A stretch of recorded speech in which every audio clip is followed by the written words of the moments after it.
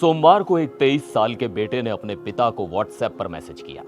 उसने लिखा, पापा मैं बिल्कुल ठीक हूं। लेकिन सिर्फ 1 घंटे बाद वो नौजवान हमेशा के लिए खामोश हो गया।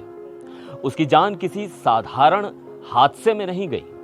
उसकी मौत दुनिया के सबसे ताकतवर देश अमेरिका के एक खतरनाक मिसाइल हमले में हुई है। अब उस बेबस पिता का रो रो कर बुरा हाल है और उनका सीधा सवाल है कि क्या कमर्शियल जहाज पर मिसाइल दागना अमेरिका का वॉर क्राइम नहीं है। नमस्कार, मैं हूं सिद्धार्थ प्रकाश। ओमान की खाड़ी में इन दिनों हालात बेहद तनावपूर्ण हैं। अमेरिका ने यहां पलाऊ के झंडे वाले एक कमर्शियल जहाज MT सेटेबेलो पर जोरदार मिसाइल स्ट्राइक कर दी।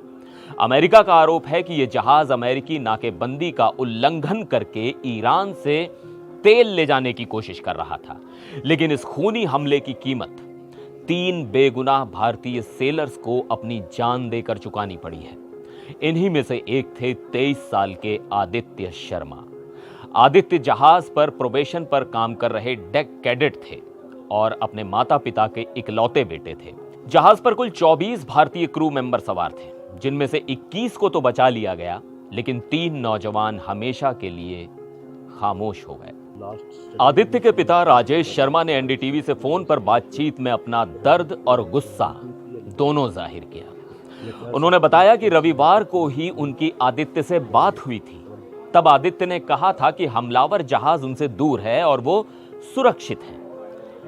सोमवार को आदित्य ने व्हाट्सएप पर आई एम फाइन का मैसेज भी भेजा था, लेकिन उसके ठीक 1 घंटे बाद ही उन पर मिसाइल से हमला कर दिया गया। राजेश शर्मा ने भारत सरकार से अमेरिका के खिलाफ कड़ा रुख अपनाने की अपील की है। उनका साफ कहना है कि किसी कमर्शियल जहाज पर जानलेवा मिसाइल से हमला करना एक वॉर क्राइम है। अगर जहाज को रोकना ही था तो अमेरिका मिलिट्री भेज सकता था, क्रू को गिरफ्तार कर सकता था, लेकिन सीधे मिसाइल से मार देने का अधिकार उन्हें किसने दिया? यह कोई पहला मामला नहीं है। इसी हफ्ते यह दूसरा ऐसा अमेरिकी हमला है जिसमें ज्यादातर भारतीय क्रू वाले जहाज को निशाना बनाया गया है।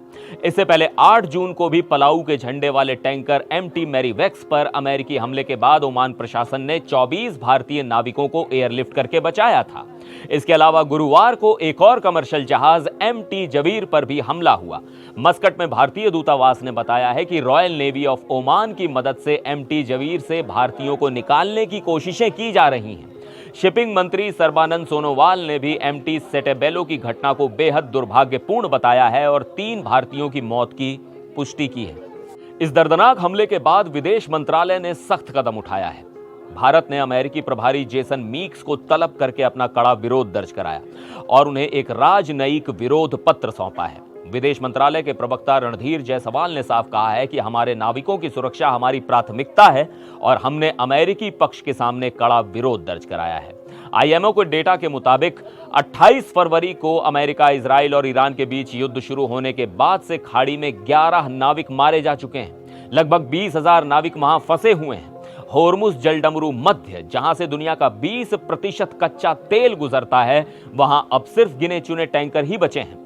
आदित्य के पिता ने भी सरकार से अपील की है कि जब तक हालात सामान्य ना हो, जहाजों को वहां से गुजरने की इजाजत ना दी जाए।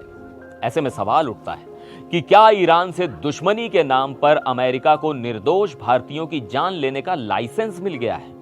क्या भारत सरकार के कड़े विरोध के बाद अमेरिका अपनी इस दादागिरी पर रोक लगाएगा? अपनी राय कमेंट बॉक्स में जरूर बताएं। फिर मिलेंगे एक और वीडियो में। आप देखते रहिए NDTV इंडिया।